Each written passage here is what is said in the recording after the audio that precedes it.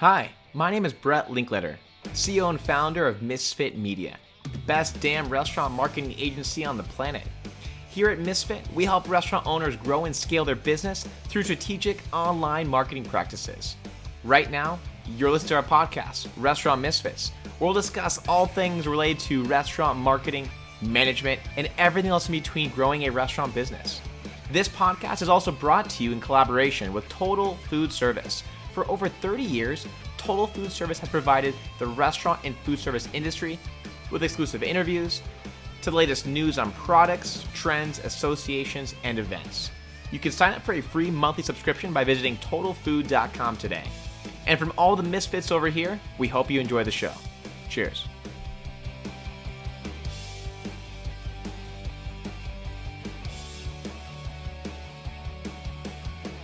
What's up, guys? Brett here. And in this episode, I interview Field Feeling, the CEO and founder of Field's Good Chicken. They are a restaurant with 6 locations based out of New York. And as you can imagine, they've had a really tough time during the pandemic, like many restaurants all over the world. But specifically New York, they've seen a lot more of a lockdown in comparison to some other states, obviously. So he's been through a lot. And nonetheless, he's been successful, though. And he's super inspiring. We talk about all kinds of great things they've changed as a business to survive and thrive during COVID and what their plans are to continue growing afterwards. We talk on a number of topics, including branding and just how important that is for a restaurant. We talk about how they're focused on simplifying their approach and focusing on what matters to grow the restaurant, and a variety of other interesting topics I think you're going to love. So without further ado, let's dive right in. Field, how are you doing? I'm great. Thanks for having me. How are you? I'm doing well. I'm super glad to hear that looks like certain states are finally opening up in our country for the restaurant space, which is great news as of literally yesterday. I think it's Texas and Mississippi are now opening up, which is cool to see in our industry, I guess. Yep. I think. Yep. In New York, just opened indoor dining, a few weeks ago. Oh wow, yeah, 25% that's amazing. capacity, but it's something. That's progress, right? Hey, that's a big comeback from where we're at previously. So there we go. Anyway, Field, for all our listeners that are just tuning in today and learning about you for the first time, can you just give them like a quick intro on yourself and what you guys do at your restaurant? Sure. So Field's Good Chicken's a fast casual restaurant concept. We've been in business for coming up on 7 years now, which is crazy to me. It's a healthy chicken concept. So we do roasted chicken and grilled chicken and fresh veggies. And it's all about sort of the approach to clean chicken, which is something that when I started the concept didn't really exist. There's a lot of fried chicken out there. Yeah. A lot of chicken restaurants, but not like the healthy, better for you, better ingredients type restaurants. So that's what we're all about. Love it. And it came out of, I made a run at trying to be a professional cyclist a long, long time ago and failed miserably at that. But got into the restaurant business because I was into healthy eating, started working in a restaurant because I thought I'd be able to train during the day. That didn't work, but so the rest is history. So, but the concept is inspired by the like healthy, active lifestyle that I had when I first got into the restaurant business. Nice. Yeah. That's awesome. So you're saying most chicken concepts, the whole like healthy chicken, I mean, what are most of them you think doing wrong in comparison to what you guys, what's the biggest difference? I don't think they're necessarily doing anything wrong. I just don't think there's very many health-focused chicken concepts out there. There's a few new ones, but like when I first started, there was not. Most chicken concepts serve fried chicken. There's rotisserie concepts, but they're still serving chicken with French fries and like mashed potatoes that are loaded with bad fats and stuff like that. So absolutely. Yeah, not so much people doing things wrong. It's just like no one was doing what we're doing. Got it. Yeah, I noticed your hashtag that you guys saw on your guys' Instagram page is rad healthy. Yeah. I love that. Can you talk to us a little bit more about that? How you came up with that? What that kind of means for you guys? Yeah, so a lot of the inspo for the brand, sort of in general, it started with my bike racing days, but I'm also a big skier. I've been skiing my whole life, and I when I first got into the restaurant business, I kind of did the like ski bum chef lifestyle out in Colorado. I was living in Vail, and I was literally like nice cooking at night and then skiing during the day. And I would like roll into the back of the kitchen with my ski stuff, throw in the corner, put on a chef coat, and go to work. So I love that like ski vibe, and so a lot of that has made its way into the brand, from like the color palette and the way the restaurants look and feel and how the brand feels. So rad healthy kind of is a sort of inspired by that. But we came up with that tagline as it was actually a riff on sad healthy. So like sad desk lunch is kind of a thing in New York where there's a lot of healthy, fast casual, quick serve concepts. You can get healthy food that you can take back to your desk. But the sad desk salad is sort of what it's called, has become sort of a joke in New York. Oh my God. So I love that. We want to be like not sad healthy, but rad healthy, which is I like tastes good, it's filling, it's satisfying. I'm going to tell my partner about that because I think he's the definition of sad healthy lunches. No, but this is good. Actually, I've never heard anyone say this. This is like a new kind of term that people are starting to say in New York. I don't know if it's like an industry term or if it's become just like sort of something that's thrown around in New York, but I think the desk lunch has become a thing in New York, and it has for years, but over the last maybe 10 years with the advent of fast casual and just people working more, people will go to takeout restaurants like ours, like a lot of them in New York, get their lunch and they're eating it at their desk. Yeah. And everyone's trying to like improve on that takeout meal, but it just becomes like an improvement on the desk lunch. Wow. I'm going to start saying this to my company, and more specifically telling my partner this all the time, because it does look sad. I think sometimes people okay, my whole thing, I've always thought like it's good to get away for lunch when you can. Hey, sometimes for sure I'm working through lunch because my hours are crazy or whatever. But hey, if you can get out, I mean, God, that get away from the desk if you can. I mean, Jesus, like, and go out and enjoy yourself for an hour. Like, you deserve it. Yeah. You know what I mean? Yeah, totally. I love that. Yeah. So you said you were on your way to becoming a professional cyclist. You said that didn't work out for you, and then you pivoted to this. Have you always been interested in the food space in general, though, or how did that come about? I know you said it was inspired from all that, but really what pushed you into this industry? I got into cooking in college, I guess. I was a chem major in college, which is kind of random at this point, looking back in my life. But there's a lot of parallels between cooking and being in a chem lab. I didn't want to go to graduate school and get a PhD and be stuck in a lab the rest of my life. So that was like, sort of career turning point number one. But I liked working with my hands and I liked sort of creating. And so cooking became an extension of that. So that started in college. And then I guess I got into restaurants shortly after college. Interesting. I love it, man. I think that's cool. I mean, so many people we have in the podcast, I think they have a similar drive is that, they wanted to experiment. They wanted to try new things, but also they wanted to make people happy with their meals. I think a lot of specifically chefs, they get the most excitement from seeing people's reaction from their food, right? Seeing the experience they can give to people, seeing that kind of impact they can make on someone's life through their food, which is really cool. Yep. And creating it. Food is such a great medium to create. Like every time you make a meal, you can create something totally new, totally different. And there's few like mediums like that where you can just like in an hour create something from scratch that someone else can appreciate and enjoy, and you can make it different and put your spin on it and experiment, have fun with it. Yeah, 100%. So obviously, I know a big thing for you guys is healthiness, being healthy. A clean chicken concept. What other? I mean, how do you? It's a better question for this. What kind of marketing message do you use to get that out? What is? I know you said rad healthy is obviously your hashtag. What else are you guys doing to promote that kind of healthiness? So I don't want to contradict myself, but so we use rad healthy as kind of the tagline, but we don't overtly like push health intentionally. So I would not describe us as a wellness concept or one of the concepts that's like all about health as the organizing idea. We try to let the food speak for itself. So if you read our menu, you're going to see that it's a healthier concept. We have a food philosophy where there's certain ingredients we won't bring in. We don't have fryers in the restaurant. We don't fry anything. But we try not to harp on the idea of health too much. Got it. So, and the reason for that, honestly, is I think the how do I say this? The wellness trend is almost getting to a point of unwellness where it's like really sort of pushing restrictive diets onto people. Um, and I don't want to be that. I want to be the like, this is good food that's good for you and enjoyable to eat, and like let's leave it at that. Enjoy your meal. Don't stress about it. Don't overthink it. Yeah. Um, we're not pushing ideals on you. So we are like we're very measured in how we use health in our marketing messaging, if that makes sense. So it's more about like, this is incredibly good chicken. This is where it's sourced. This is how it's prepared. Um, and Got then it. let the food speak for itself.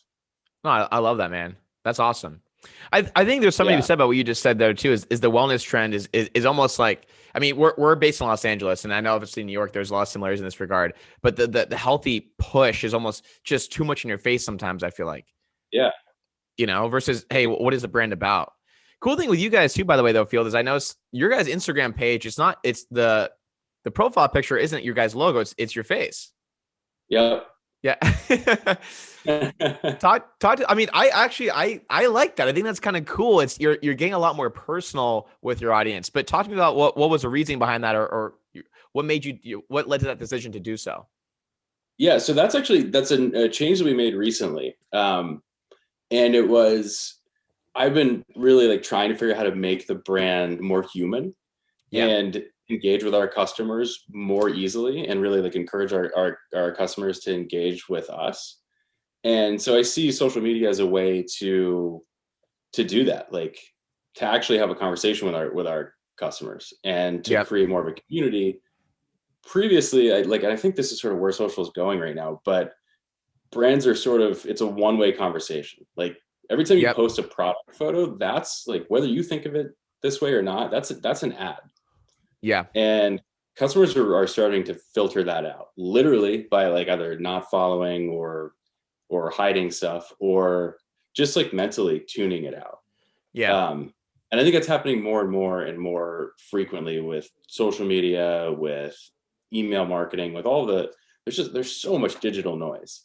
So this was just an attempt to like actually connect with our guests. And so like we just did this, I just did this maybe 3 weeks ago, a month ago.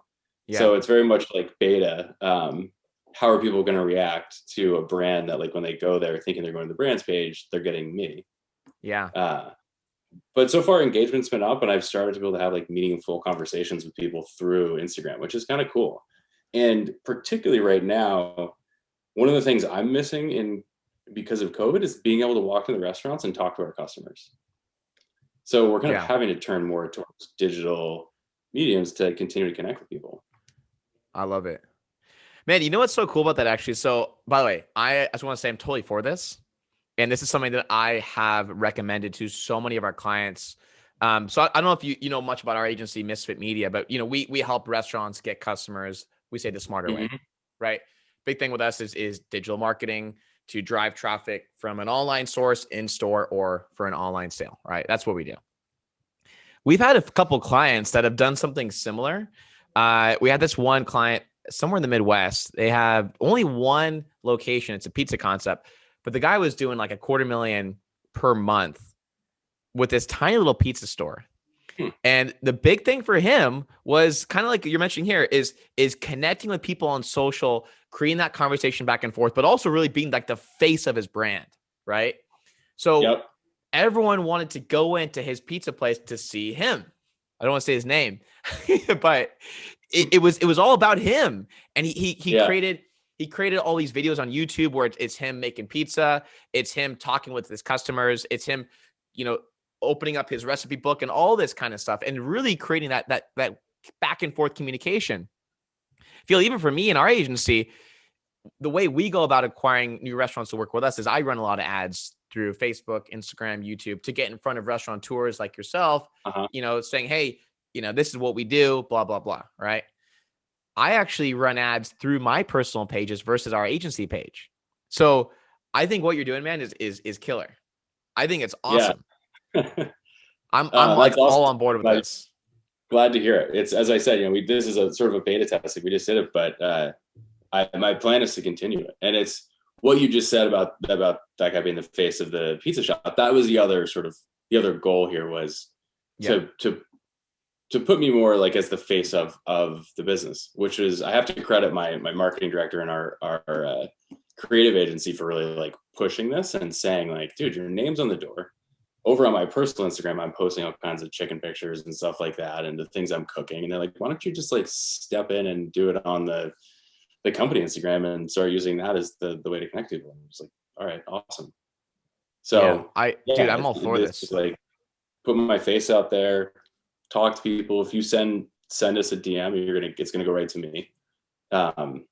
So yeah, it's a way to have conversations with people. It's awesome. And how do you? I mean, I'm assuming that takes up a lot of your time, right? So you are personally going in and replying to all these messages. I'm personally doing everything right now. Yeah, we'll see how long Wow. how long like being able to do everything works. But right now, it's totally manageable right now. If it starts to take off more, like I will call in reinforcements from our marketing team or a marketing director. But right now I'm good. What about okay, so obviously social and sliding to the DMs, conversations like that is big for you guys. What about texting and email? Do you guys utilize those channels as a business?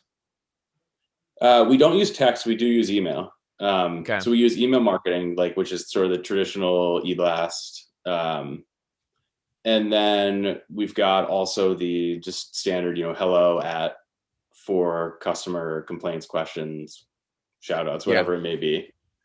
We just did a campaign that was pretty cool and it was successful. We made postcards that we put on every to-go bag, and it was a note from me just saying like, thank you for your support over last year. If there's anything else we can do, shoot me a note. And we put an email address that went right to me. And then I was able to start responding to people's feedback, suggestions, experiences, whatever, directly. So it was another direct engagement tool. Nice. And through that was awesome. Like I had some conversations with customers that went back and forth over like 10 emails about like, hey, here's a sauce we'd love to see, or like, this didn't quite work very well in our order. Like, could you fix it? I had it like, someone asked if we could talk on the phone to talk about like our catering process and how we could smooth it out for him. And so it became a way to like collect feedback and then act on our customer feedback. Nice. Which has been really like something we're trying to focus on. Can I make a suggestion for you right now that I normally don't just dive into this, go into marketing mode, but I just see a massive opportunity for you guys that I just want to suggest, if that's cool. Yeah, totally. So by the way, again, I love what you're doing. I'm all for it. Like, this is all great stuff. What I would suggest, though, as opposed to sending out a postcard with the to-go orders, you can create a little flyer or same style design postcard, but rather than just, supplying email, you can create a QR code that can go on that postcard. So when someone scans that, it's going to open up not email, but I would suggest actually Facebook Messenger. Have you guys ever touched Facebook Messenger or done anything with that? No, at least not to my knowledge. Our marketing director might be using it, but so this is we're huge on Messenger. Literally what you were saying specifically about how most brands, it's just a one point of communication. You're just like, hey, this is me, blah, blah, blah, right? And there's no conversation back. That's why I like Messenger specifically, because it literally is a texting platform, right? Basically, someone can scan that QR code. It'll open up a message directly to you if you'd like, or your restaurant, however you want to set it up. You can immediately ask a question. Hey, thank you so much for ordering. You can send any message you want to them. It can actually greet them by their first name because they're actually engaging with you through Messenger. And now you've opened up a conversation in an inbox. Now they're already in your inbox, communicating back and forth. Later on, also, if you want to collect their email or phone number for other remarketing purposes, you can do that also through Messenger. But the reason I would suggest this versus just putting your email there is there's a lot less friction. The barrier to entry is a lot easier. I mean, if they just scan it, boom, they're in conversation versus looking at the email, going to type it in their email browser or whatever the case. I mean, it sounds like whatever you're doing is already working. And I think this would even just continue adding to that benefit. That's awesome. I guess my only question on that is when you do that, you end up having a real-time conversation. So if are there restaurants where they're doing this, do they have someone that's on that like all the time so that anytime customers see that and and chats, they're ready to chat back. So, for us as an agency, we set up a lot of these automations that will gather feedback and do that kind of stuff. There's a lot more you can do with it, a lot of advanced stuff you can do. But to answer your question, in this simple scenario we're talking about now, you'd probably want someone in there ready to reply if it's a human replying, or you can set up an automation. But I mean, it sounds like obviously gathering feedback is crucial for you guys. I mean, I love that, man. I mean, you're doing the kind of stuff that I do the best I can to get my clients to think about. So that's awesome, man. I mean, clearly it's been working for you guys in a lot of ways. So what else do you think is working for you guys? I mean, obviously it seems like you guys have had a lot of success. It seems like you guys have grown. It seems like you're obviously enjoying what you're doing. The one thing I'll say though, obviously, which is the obvious thing, is obviously this pandemic has been very tough for the restaurant space. More specifically, it's been extremely tough in New York. How have you guys been getting through this whole thing? And sounds like not just surviving, but kind of thriving on through. I mean, we've been surviving. So make no mistake there. I mean, we are trying to figure out how to thrive in survival mode. But New York has been hit every bit as hard as everyone has heard. It's been pretty brutal. There was a period earlier this year where it was touch and go, where we didn't know where things were going to end up and how the business was going to make it through. So there's been a lot of sleepless nights and a lot of uncertainty, closing restaurants, reopening restaurants, reclosing restaurants. Yeah. So it's been tough, and we have, like, the way that I look at it, we just have to survive until sort of like mid 2021, and the world will start to come back, albeit it might be slowly, but it starts to come back. But yeah, it has been tough. I was just walking the street in New York couple of days ago after I was going from restaurant to restaurant, and there are so many empty storefronts right now. I mean, it's like I passed like restaurant after restaurant after restaurant where it was like for lease, and it's sobering. So, but we've been making the most of it. I think back in April, we launched a campaign called Birds for Good, which was to support healthcare workers. And we were down to one restaurant at the time, and we were literally just, all of the meals going out the door was to feed healthcare workers. Nice. That was like March, April. And then a bunch of restaurants did that. We were one of the first, which I think was awesome. And then we went through the summer of sort of like figuring out like, okay, like, what do we do? How do we survive? And then we actually ended up in September, we pared things way back. So we took our menu down by like a third. We took like 17 recipes out, like 30 SKUs out of the menu. And we really like pared it back to the core. And the restaurant got, like, not surprisingly, way, way easier to run. And we, like, our sales kind of continued steadily. So it didn't hurt us from a sales standpoint, but it really improved our operation. Got it. So that was like, in terms of like, how are we thriving in survival mode? Like that was sort of number one, is simplifying and paring back and making this thing like way easier to operate, which translates to being able to make food more consistently. Absolutely. So now we're in the process of starting to add back and starting to sketch out like, okay, what does the post-COVID menu look like? And what's the sweet spot? Like, it's too lean right now. But we're adding back in a very like systematic way. I mean, so the byproduct, that's been just a business that's more efficient. We've got our costs in a better place than they've been in years. Yeah, we're going to make the most of it. So you're saying at the menu though, you feel like it's too lean as of now. You want to add some back to it in a little bit. Is that? I mean, yeah, I think it needs a little more variety and a little more choice. Okay. So I think we're going to add another side. I'm working on a sauce, potentially another bowl, and I've been working on tacos, which is a new menu category that should drop in a month or so. Nice, very cool. Yeah, so more choice for the guest. I see what you're saying. Nice. Yeah. What else? What else have you guys done during the pandemic to kind of pivot and survive and make it on through? So that was sort of like the operational, what we did with the restaurants. One of the big pivots that we are still in the works on is back in April, we started working on a marinated chicken that will sell in grocery stores. Nice. So it's a raw chicken that's already been brined and marinated, that you literally just throw in the oven. or throw on the stove, cook, and you have like the perfectly seasoned, perfectly marinated chicken. Oh, I love that, man.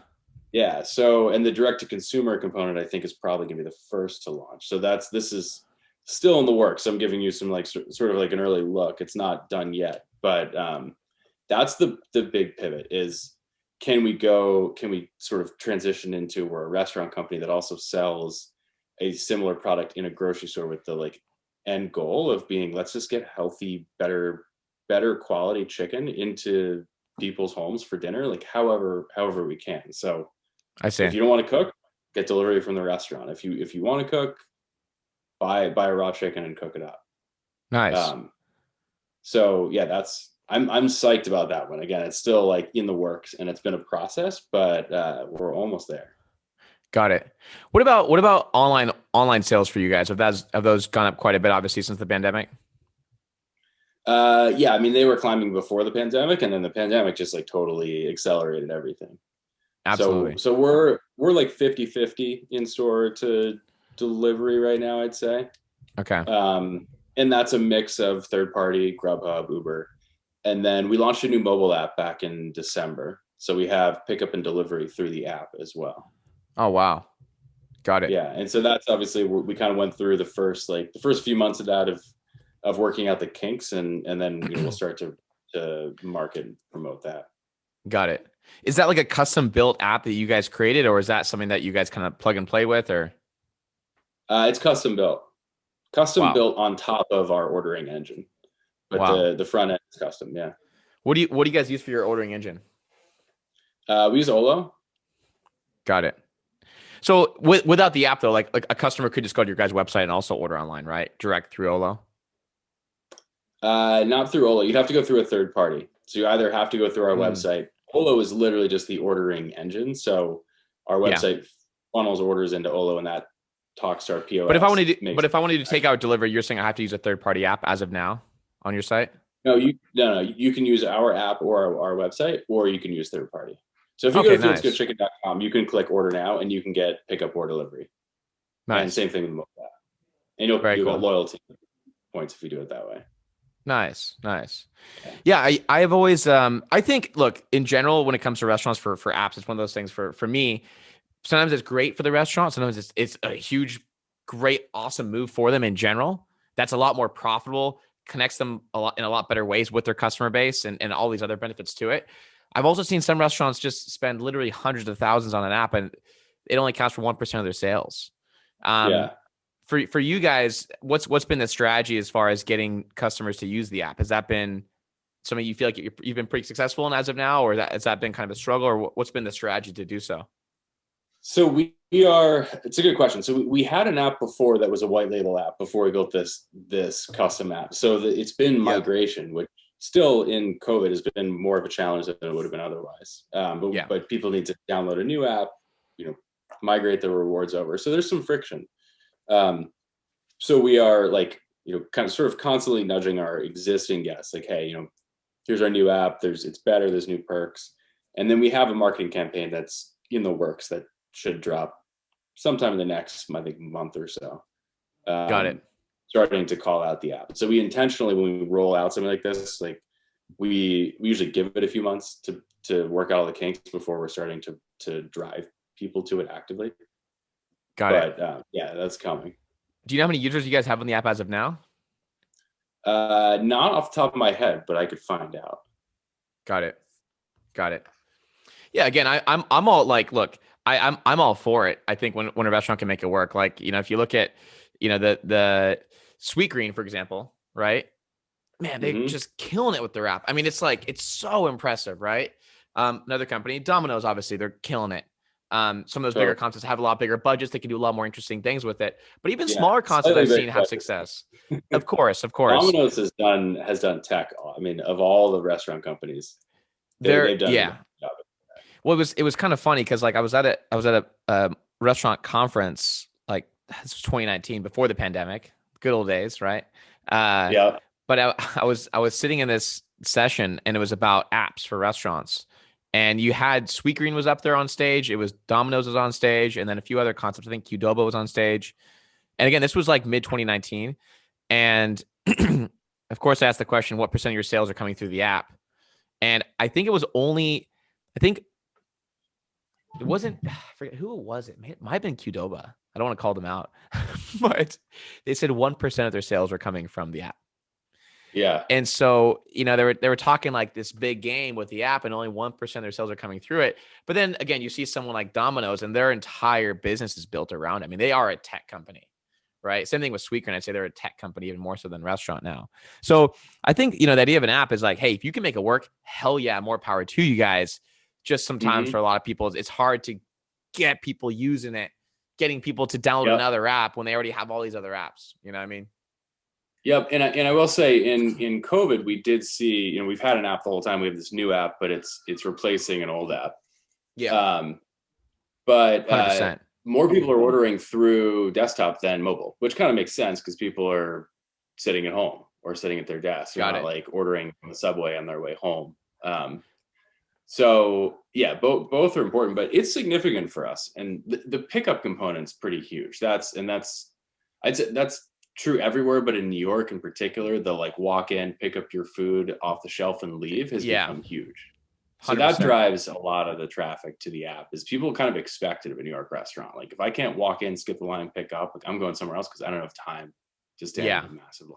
New York is definitely an interesting market in the restaurant space. I mean, we do restaurants all across North America, so the US and Canada, and specifically New York is the buying habits for restaurants there with the customer base we've seen are very different. And it's very quick, totally close by. Yeah. So it's interesting. New York is sort of like a different world unto itself in like for better or worse. Like I think restaurants entering New York, it's a wake up call. I also have heard an equal number of stories of restaurants getting out of New York for the first time and it being a wake up call going into a different market and not understanding it. So yeah, it's a bubble. 100%, man. So Field, how do you, I'm kind of curious, how do you personally get better? What do you do to push your brand forward, to push yourself forward? Do you read any books? Do you listen to any podcasts specifically? How do you get better as a CEO? So I read when I can, so I have two young kids and, so life is just literally insane right now. I go from like work to like, I walk in the other room and it's like, there's like a baby eating paint. So yeah, I read when I can. This has been my latest read, Marketing Rebellion. I just picked this up. Nice. It's the subtext is the most human company wins. I've been really into that, particularly with, we were talking about with our social media and like connecting with guests, putting my personal story more forward. That whole book is about connecting with customers and your customer basically being your best marketer.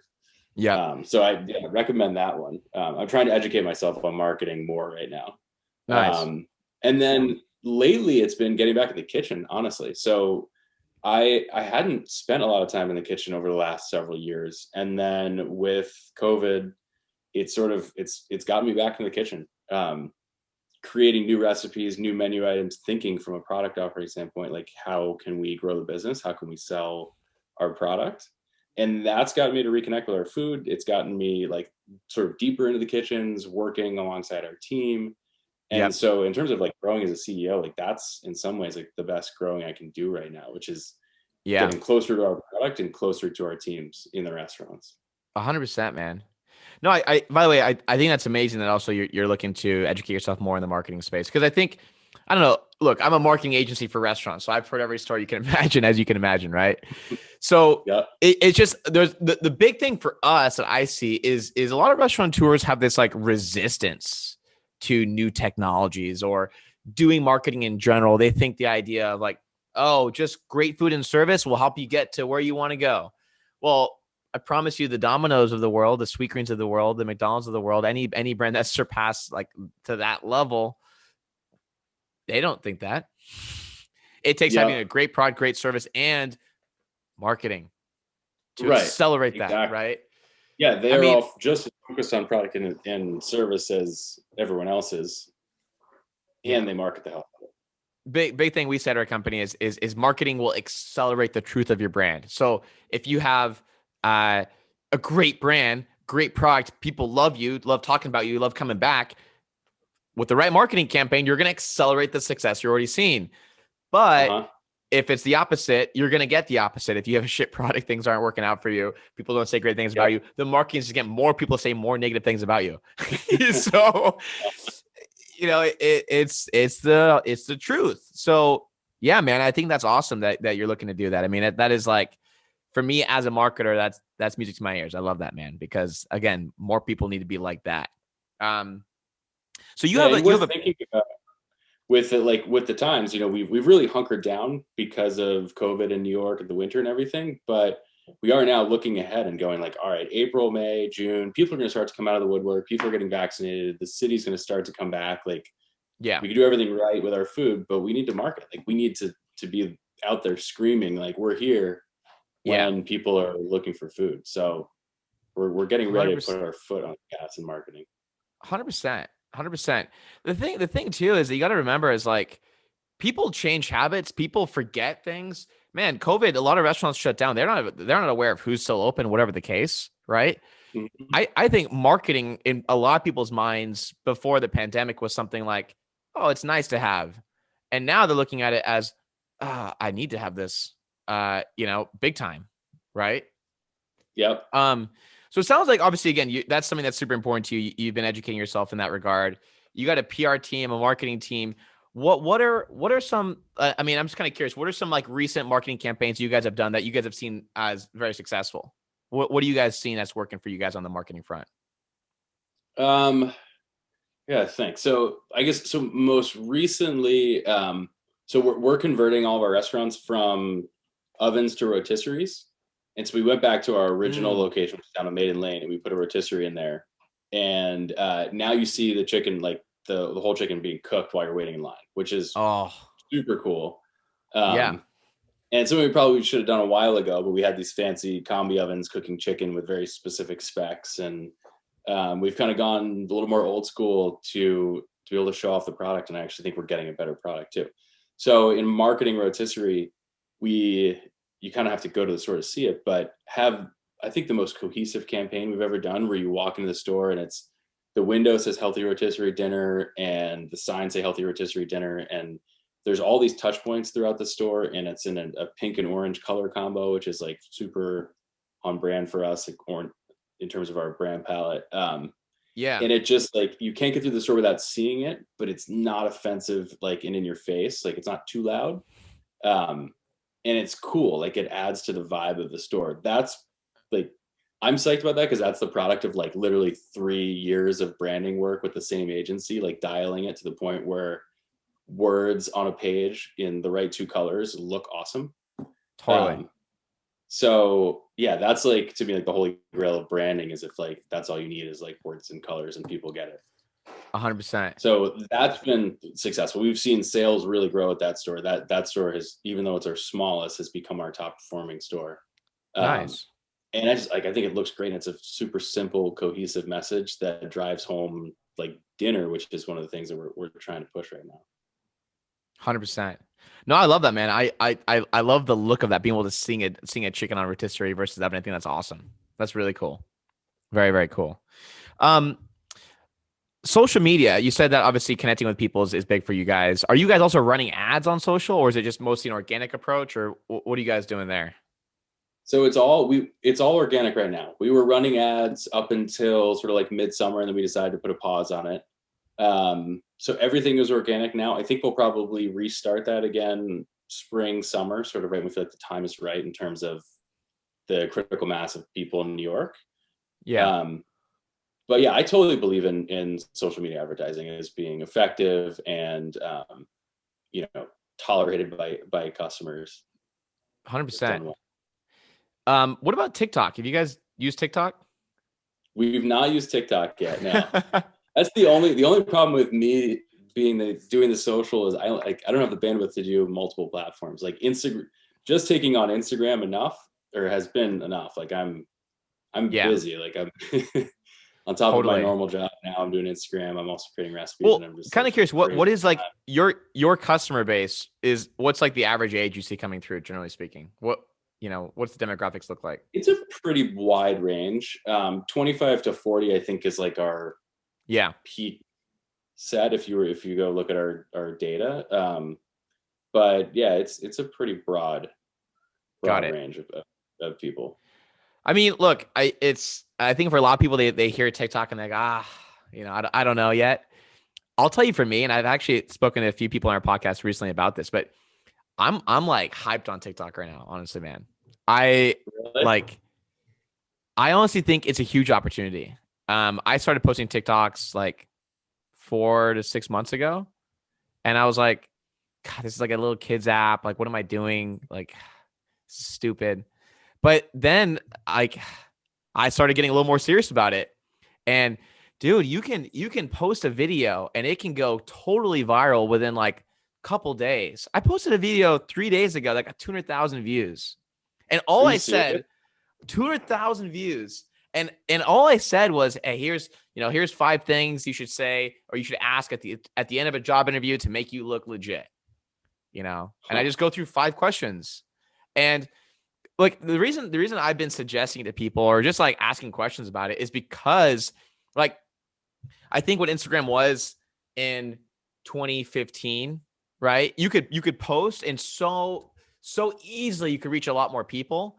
Now it's a little more So much difficult, easier. obviously, Oh yeah, right? yeah, Like, yeah. but man, on TikTok you could post you could probably post a video of chicken on rotisserie and get some employee going behind it, like doing a thumbs up, drizzling some sauce on it or something, and that would go viral. I'm serious. Like that would reach thousands of people in a couple days.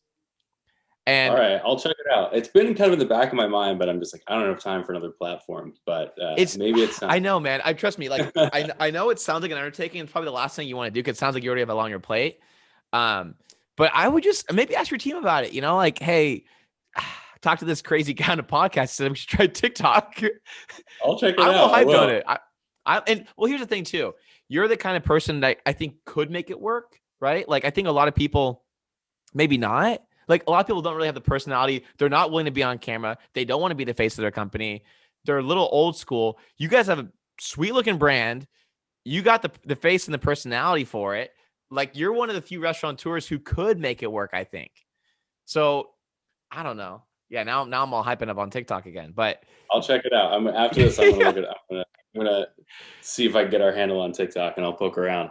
make an account, man. Add me. I I'll add you will. back. I'll show you guys some love. um, but yeah, man. I think it'd be cool because again, like other thing I noticed with a lot of restaurants is like they don't prioritize branding. I love that you're working with a branding agency. I love that you said you've been working on it for 3 years to make your brand look good. I've always thought like it's crazy to me how many people in the restaurant space don't prioritize branding or just like how the restaurant looks in the stores look like. God, man, like people want to enjoy food in a clean environment that looks good, right? And it's at the end of Hmm. the day, it's a fixed cost that'll last you years. Like just Yeah. spend the money on it. It's worth it. Um, Yep. Totally.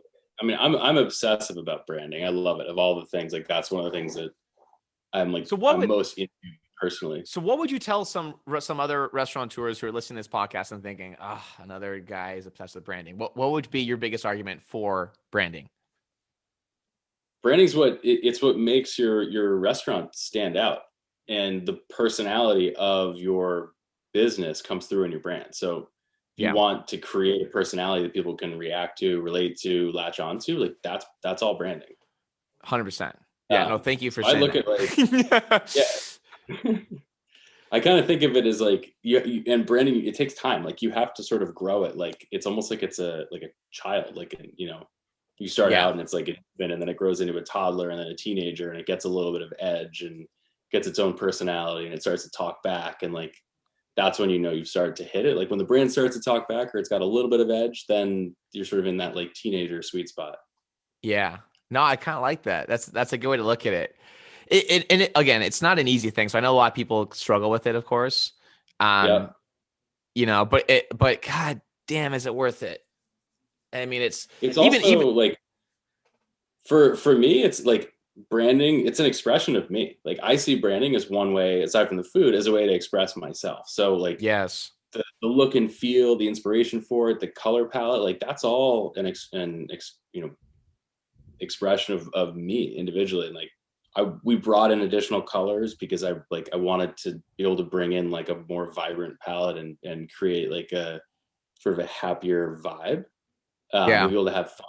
And so all of that, like there's a reason for all of it, but yeah, it becomes a creative outlet. No, I mean, I think that's cool. Also, I mean, what are your long-term plans for your restaurant? I mean, are you looking to franchise at some point, or have you guys already franchised? I wasn't sure actually. We've not franchised, and we don't have plans for franchising at the moment. The growth plan I think right now looks like so we're only in New York. We've got 6 locations. We expand in New York probably through ghost kitchens. So we're looking at 2022 is the next sort of expansion year. If that becomes a way to expand our footprint in New York without opening a bunch of new locations, although we might open some, but that's sort of the next step. And then opening brick and mortar locations in the suburbs, I think is part of the next phase for us. So we've been in New York for, again, almost 7 years. And I actually think the sweet spot for the concept's going to end up being in the suburbs. We're like roasted, rotisserie chicken and vegetables that are great for a family, great for dinner at home. And so that's like, I'm dying to get into a suburban market. 100%. Because you guys look like you have a scalable concept. I mean, and it sounds like, I mean, you sound like the kind of operator that obviously branding, like we just mentioned, is a very important thing for you. You've refined the menu to the point where it's just the right size. You've optimized it up and down because of the pandemic. You're paying extra attention to these things, which I could see scaling with a franchise concept. And we're actually in talks right now with this one restaurant based out of Atlanta. They have 3 locations, and they've just started the route of turning it into a franchise. So we're in talks with helping them kind of do that. It's actually a new thing for us. I've never done this before, so it's going to be exciting. I'm really excited about it. But you kind of have that look and feel of a brand I think that could franchise or just scale under corporate. I mean, whatever the case. I mean, you guys have scaled 6 locations, but seriously, your guys' brand is cool. I mean, that's why, I just mentioned it because hey, I don't know if that's a goal of yours or not at some point, but maybe something to consider. Kind of cool.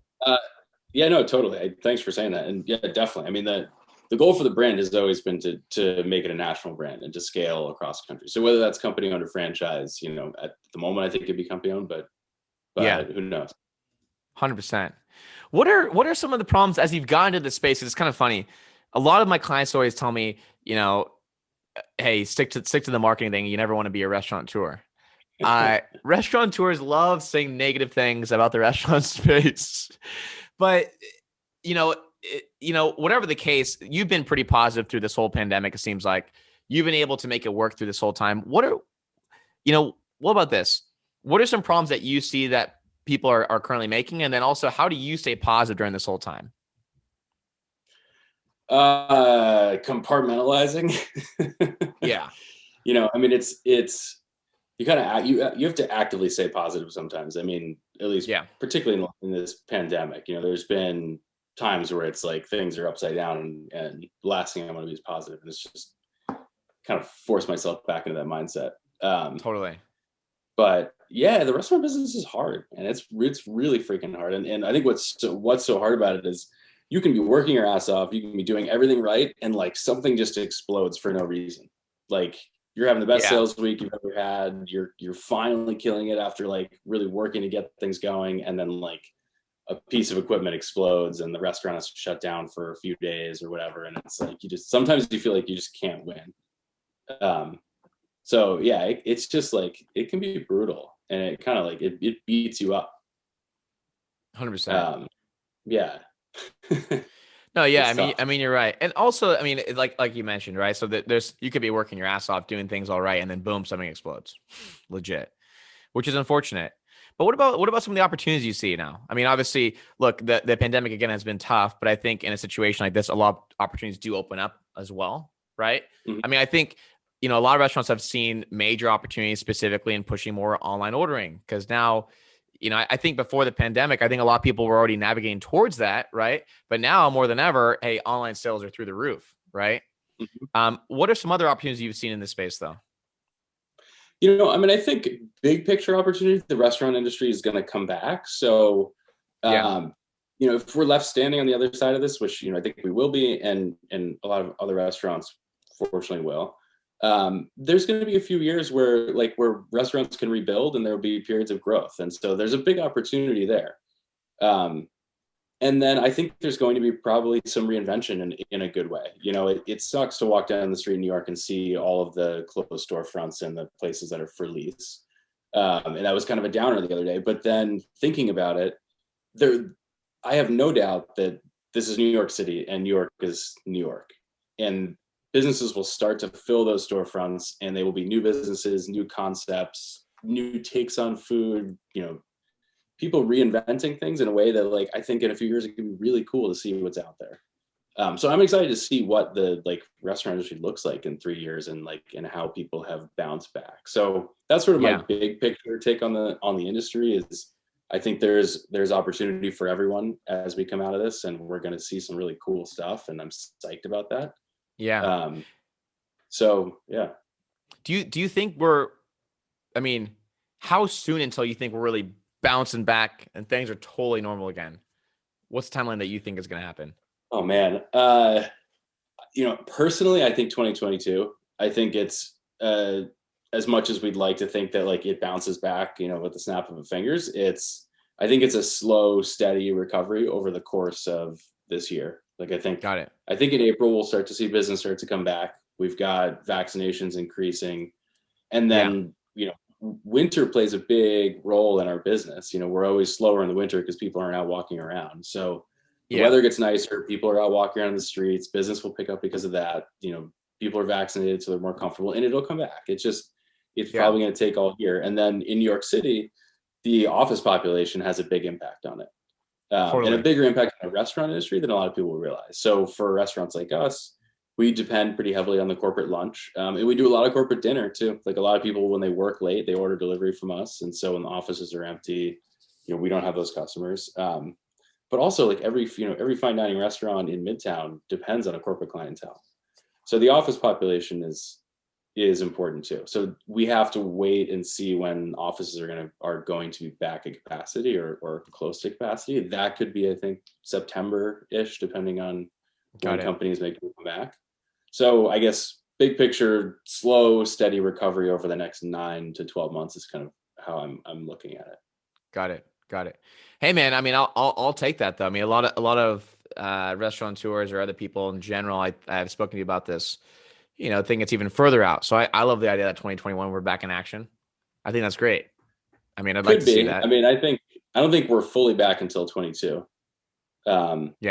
But we'll see. That's my best guess. No one's got a crystal ball here, so it's hard to say. At one point, we thought it was going to be August of 2020, and obviously, we couldn't have been more wrong.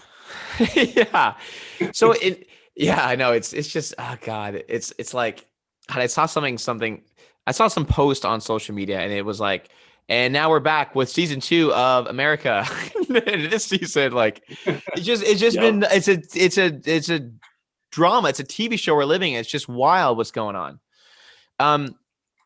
Field, what about, a lot of our listeners on this podcast are restaurateurs with 1 or 2 locations, and they're looking to scale out to 3, 4, 5, 6 like yourself. What are some pieces of advice that you would recommend to those people who are looking to expand their business? What are things that have, obviously running a single location operation versus 6 is very different. What are some of the biggest learnings that you've taken as a restaurateur as you've scaled the concept up? I guess first, to me, the hardest moves are 1 to 2 and 2 to 3. And then 3 to 4 to 5 to 6 is actually quite a bit easier. So if you get those out of the way, it does get easier. And that's because going from 1 to 2, you're doubling the size of the business. Yeah. Doubling the size of any of a restaurant business is crazy, and bigger chains never do that.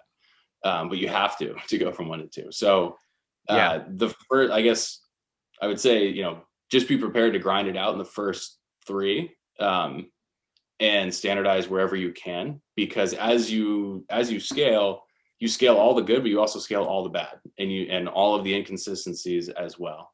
So we're still kind of going back and standardizing across our locations right now. And the more you standardize, the easier it becomes to run. So if I had like one mantra to give to someone that was like, I want to go from one restaurant to 5 or 6, I would say simplify, and then simplify again, and then simplify more than you think you need to.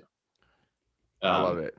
It just makes the thing so much easier. And it took us, even though I feel like I've always sort of believed in that, it's taken us really like 5 or 6 years to fully embrace that and say like, all right, focus and simplify is going to be our mantra, and we're going to make this thing way easier to run, and then we're going to be able to turn out better food more consistently, and we'll actually be able to scale.